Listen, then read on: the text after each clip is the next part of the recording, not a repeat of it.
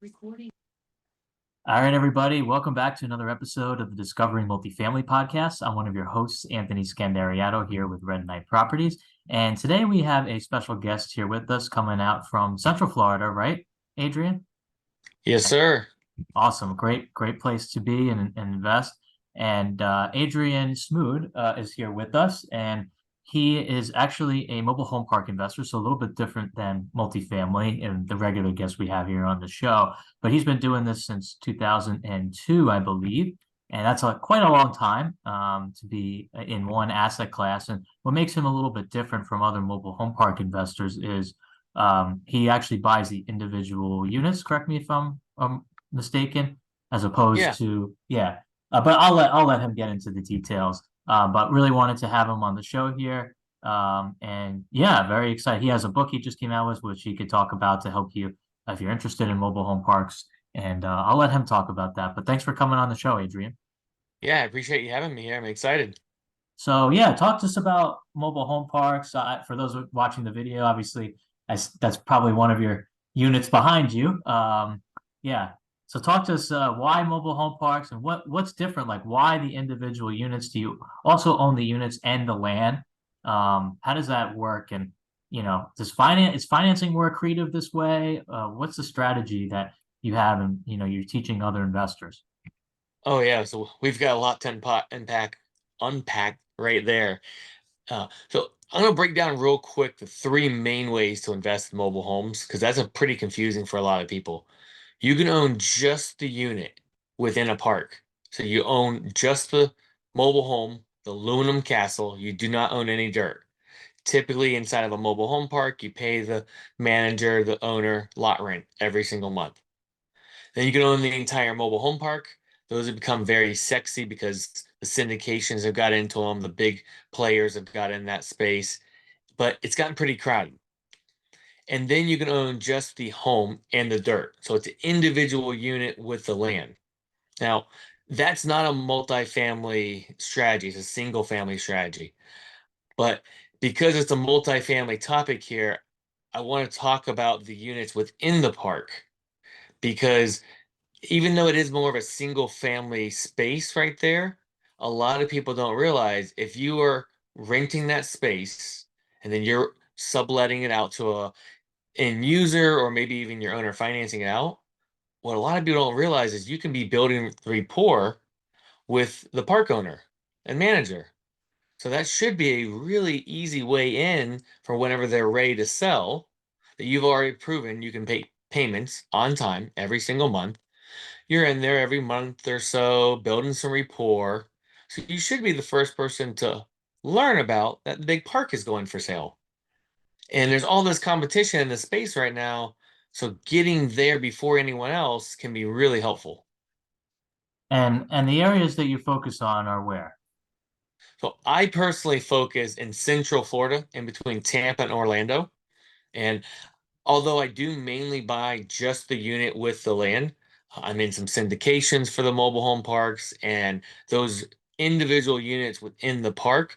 Those have been really, really profitable for my growth at different times. And so the growth there, what's the strategy behind buying the individual units? Is it to get to the park, the whole park eventually? Obviously, that takes time and kind of, you know, unbeknownst to you when the individual unit owners are ready to sell. So how does that work for your overall strategy?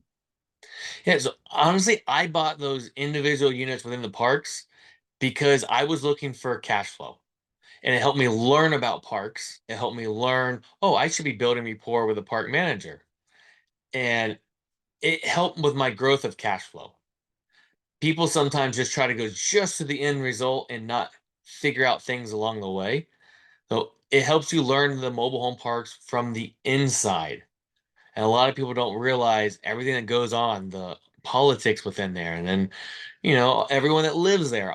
I also got to learn parks I didn't want to be involved in because there's some shady stuff there. It was a lower asset class than I wanted to be involved in, and I didn't want to bring the value add and completely turn over the park.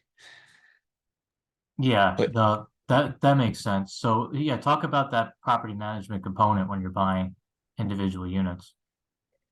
When you are buying the individual unit within the park, you can run your own management routine, but you still have to deal with the park manager, and whatever they say goes.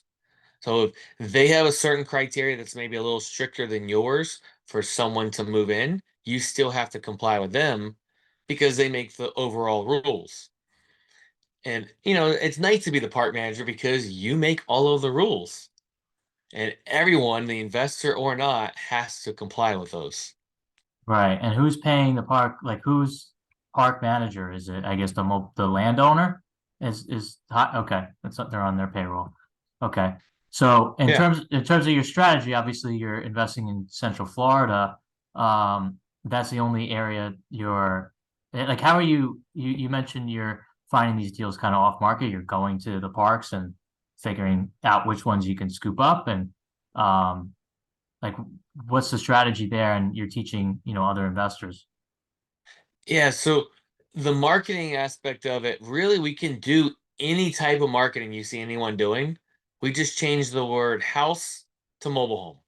So it can be letters, it can be door knocking, Google AdWords, Facebook, all of these different strategies work.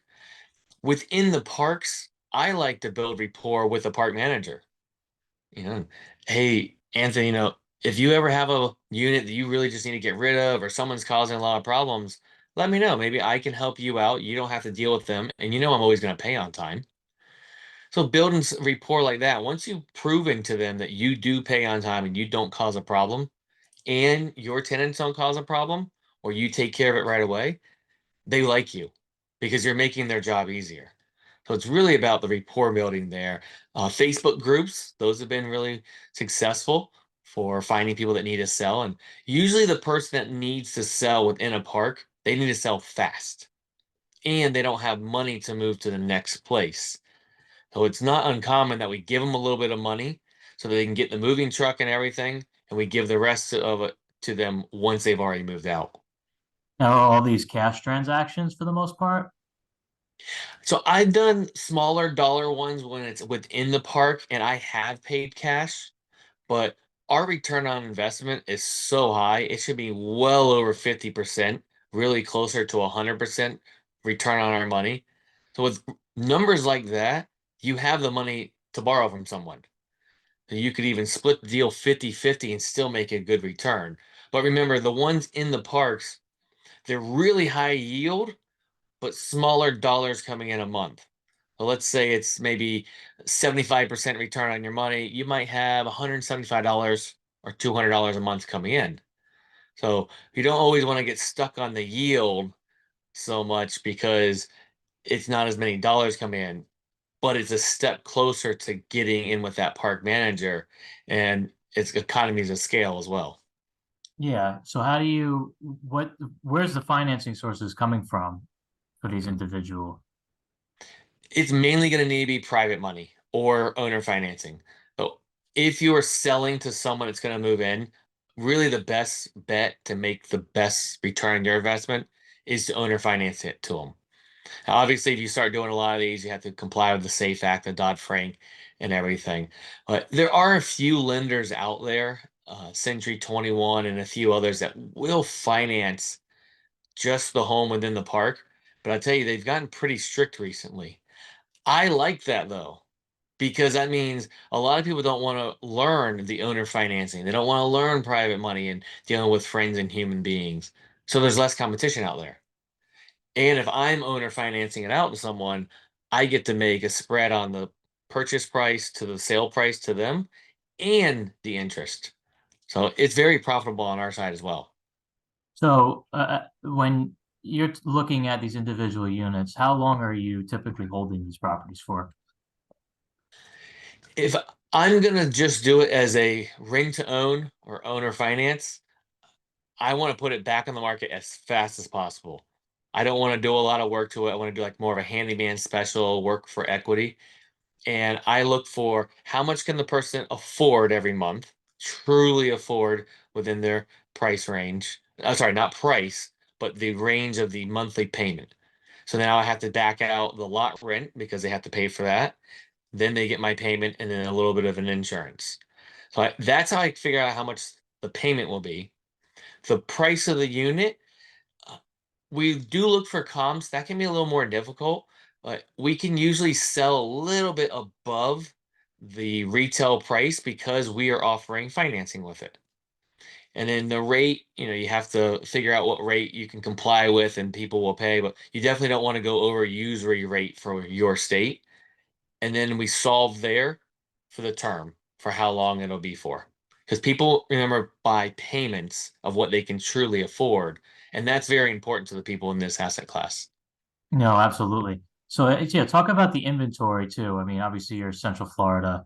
Um, if you're trying to build up this business within a year or 2 years, I mean, realistically, how much inventory can you grab within that time period if you're, hustling and trying to find sellers every single day? I just, I'm not, this is a multifamily show, so we're not as well versed as you are. Yeah, well, they're everywhere. So mobile home parks are in all the states. They're up in Alaska. They're everywhere. So people sometimes think, oh no, they don't have them in the cold states. They're everywhere. Now, yes, Florida, we're spoiled because we have a lot of them. But if you are, like you said, really out there hustling and door knocking and talking to all the park managers and putting your signs out and all your advertisement, you can find them pretty quick because there's not that much competition out there. You can, and once you get known, you only need, I would say, two or three parks to get really well known in, and then you can start doing a lot of business in those. I would suggest though, because most of the viewers are going to be looking for a mobile home park because it's multifamily, do your research. Figure out which ones are mom and pop parks, not the big REITs and the corporations. The mom and pop park that you'd want to own, and then go and target those because those are the ones you're going to be doing the long-term strategy of building the rapport with the manager or the owner better. And so you want to be doing business in them, find your three, maybe five, and stick with those and keep marketing within those. A lot of times they have a clubhouse. You can hang up some flyers there if the park manager says. And once they like you, they let you do things even if it's not fully full part of the rules. Yeah, no, absolutely. So yeah, talk to us about, so a lot to learn. Obviously, a lot of people who are listening are used to multifamily conversations. You came out, you mentioned before the show with the book. What is that about? Yeah, so I wrote a book on how to buy mobile homes, just like the topic. And it's focused on really my story of how I went from an evicted tenant all the way to allowing my wife to retire at 29 years old. So it's kind of an inspirational story of me. But within it, I teach about investing in mobile homes every step along the way. Yes, it's my strategy is primarily the home and land together. But what I see a lot of mobile home park wannabe owners skip is learning all of the in between. So a mobile home's a mobile home. If it's on a single unit, if it's inside of a park, they're mobile homes. So how to fix them, the repairs, what to look for, it's the same all over. And I always suggest people get a little experience in a smaller deal, build your confidence up, then you really understand the mobile home. And then when you're talking to the person who owns the whole park, you already know a lot about it. You can carry a little higher level, a little higher level conversation with them. Yeah, no, that makes a lot of sense. And for my listeners, where can they purchase the book or read the book? Pretty much anywhere you look for books, Amazon's always the big place, but anywhere that you buy a book, the Audible is out now. And so you get to listen to me for about 3 hours. No, that's And you can awesome. find it anywhere. You can go to my website as well, lifestyle-rei.com. Awesome. Lifestyle-rei.com. And what's the best way as we wind down the show for my listeners to connect with you, reach out to you, learn more about you? Well, my website's a perfect way to find me, and we're going to put a link for everyone here listening of the 14 myths debunked about mobile homes. So if you're thinking about them, but you're like, man, Adrian, but you didn't even talk about the trailer trash and how the values go down and all these big myths out there. I've got a perfect little PDF. We're going to give it away for free for everyone to help change your mindset a little bit more. So that you're like, okay, I've heard they make good money. Now I understand that it's not all these myths that I've heard. No, that's awesome. That would help a lot of my audience, including myself. So, Yeah, this is awesome, Adrian. Thank you so much for coming on the show today. And if you liked what you heard and or saw, please give us a rating and review on iTunes. It'll help the algorithm out to get our message and Adrian's message out to a greater audience. That's just the way it works. So really appreciate your time today, Adrian. And we'll have that link in our social media descriptions as well and on iTunes so you can check Adrian out and hopefully check out his book and learn more about him. So thanks so much again for coming on. You're welcome. Appreciate you having me.